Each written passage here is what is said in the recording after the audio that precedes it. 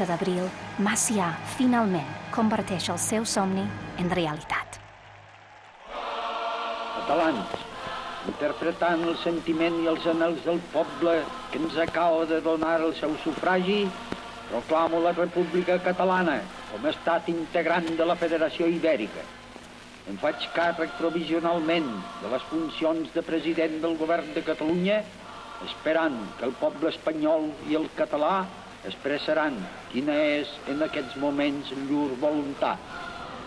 En proclamar la nostra república, fem arribar la nostra veu a tots els pobles d'Espanya i del món, demanant-lo que espiritualment estiguin al nostre costat i enfront de la monarquia borbònica que hem abatut. Catalans, sapigueu fer-vos dignes de Catalunya.